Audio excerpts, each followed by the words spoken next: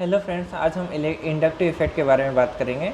तो उससे पहले हमको इलेक्ट्रोनेगेटिविटी के बारे में बात करेंगे। दोस्तों, इलेक्ट्रोनेगेटिविटी क्या है दोस्तों कि हमको पता है कोई भी दो एटम के बीच में जो बॉन्ड कोवैलेंट बॉन्ड बनता है वो इलेक्ट्रॉन शेयरिंग से बनता है। तो वो जो इलेक्ट्रॉन शेयर है दोनों के बीच में इक्वली शेयर होती है। पर इलेक्ट्रोनेगेटिव एटम की क्या एबिलिटी होती है दोस्तों, वो इलेक्ट्रॉन पेयर को अपनी ओर खींचते हैं। उसमें ये एबिलिटी है कि वो इलेक्ट्रॉन पेयर को कोवैलेंट बॉन्ड के इलेक्ट्रॉन पेयर पर अपने करीब खींचते हैं। इसी चीज़ को इलेक्ट्रोनेगेटिव बोलते हैं। और हमारे पीरियोडिक टेबल में जो सबसे हाईयर इलेक्ट्रोनेगेटिव एटम है वो फ्लोरीन है, और जो 2 नंबर का है वो ऑक्सीजन है। नेगेटिविटी ट्रेंड जो है वो अगर पीरियोडिक टेबल में हम लेफ्ट साइड से राइट साइड में जाएंगे तो इलेक्ट्रोनेगेटिविटी बढ़ेगी। वही हम अगर पीरियड्स में टॉप से बॉटम की तरफ जाएंगे तो इलेक्ट्रोनेगेटिविटी एटम की कम होती जाएगी।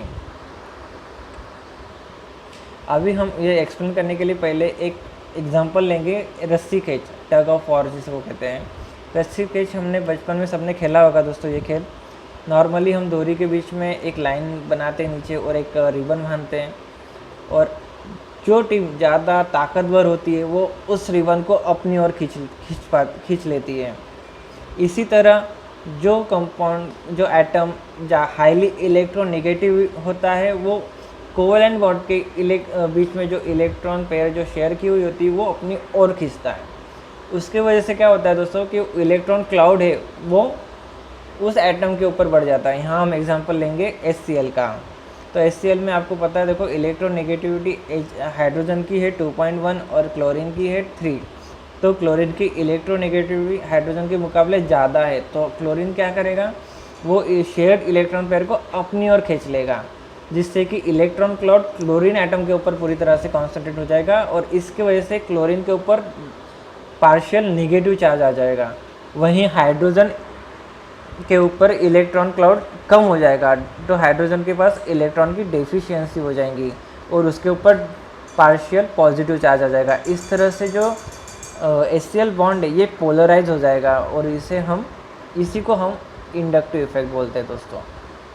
अभी हम एक एग्जांपल लेंगे एन ब्यूटेनॉल का। तो एन ब्यूटेनॉल में दोस्तों C1 कार्बन और ऑक्सीजन के बीच का जो बॉन्ड है उसमें कार्बन के मुकाबले ऑक्सीजन इज़ हायर इलेक्ट्रोनेगेटिव।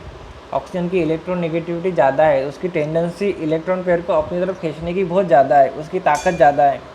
इसलिए ऑक्सीजन C1 कार्बन और ऑक्सीजन के बीच के कोवैलेंट बॉन्ड की इलेक्ट्रॉन पेयर को अपनी ओर खींच लेगा, जिससे कि ऑक्सीजन के ऊपर पार्शियल नेगेटिव चार्ज आएगा, इलेक्ट्रॉन रीच हो जाएगा। वही कार्बन एटम इलेक्ट्रॉन डेफिशिएंट हो जाएगा, उस पर पार्शियल पॉजिटिव चार्ज आ जाएगा। अब हमको एक बात पता है कि हर एटम अपने आप को स्टेबलाइज करने की कोशिश करता है। तो ठीक है, C1 और ऑक्सीजन के बीच की लोन पेयर तो ऑक्सीजन ने खींच ली, तो इसकी वजह से जो इलेक्ट्रॉन डेफिशिएंसी C1 के पास आ गई, तो अपने आप को स्टेबलाइज करने के लिए C1 कार्बन एटम C1 और C2 के बीच में जो कोवैलेंट बॉन्ड है उसकी इलेक्ट्रॉन पेयर को अपनी ओर खींचता है, जिससे कि C2 कार्बन के ऊपर इलेक्ट्रॉन डेंसिटी कम हो जाती है, इलेक्ट्रॉन क्लाउड कम हो जाता है, और C2 कार्बन इलेक्ट्रॉन डेफिशिएंट हो जाता है, और उसके वजह से C2 कार्बन भी पार्शियल पॉजिटिव चार्ज हो जाता है।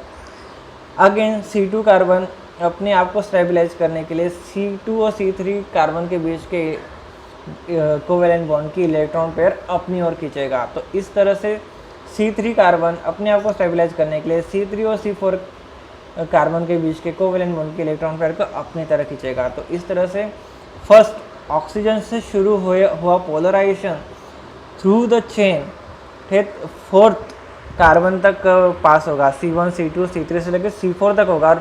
होल चेन जो है कार्बन चेन मॉलिक्यूल की पूरी चेन पोलराइज हो जाएगी, पूरी चेन के अंदर डायपोल क्रिएट हो जाएगा, पोलराइजेशन आ जाएगा। इसी इफेक्ट को इंडक्टिव इफेक्ट बोलते हैं दोस्तों। इंडक्टिव इफेक्ट के 2 प्रकार हैं, एक plus positive inductive effect plus I effect बोलते हैं जिसको, और एक नेगेटिव इंडक्टिव इफेक्ट जिसको नेगेटिव आई इफेक्ट बोलते हैं। नॉर्मली हैलोजन्स और ऑक्सीजन जो है वो हायर इलेक्ट्रोनेगेटिव एटम्स है, तो वो इलेक्ट्रॉन पेयर को अपनी ओर खींचते हैं, तो उसको हम नेगेटिव इंडक्टिव इफेक्ट बोलते हैं या नेगेटिव आई इफेक्ट बोलते हैं। वहीं हमको पता है कि जो अल्किल सब्स्टिट्यूएंट्स हैं वो इलेक्ट्रॉन रिच सेंटर्स माने जाते हैं, और वो इलेक्ट्रॉन पेयर को कोवैलेंट बीच की रिपेल करते हैं, अपने से दूर ढकेलने की कोशिश करते हैं।